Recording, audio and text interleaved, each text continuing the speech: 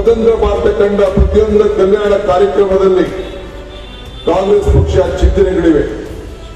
ಪಕ್ಷದ ಕಾರ್ಯಕರ್ತರಾದ ನೀವು ನಾವೆಲ್ಲರೂ ಕೂಡ ಹೆಮ್ಮೆಯಿಂದ ಈ ವಿಚಾರವನ್ನ ನಾವೆಲ್ಲ ನೆನಪು ಮಾಡಿಕೊಳ್ಬೇಕು.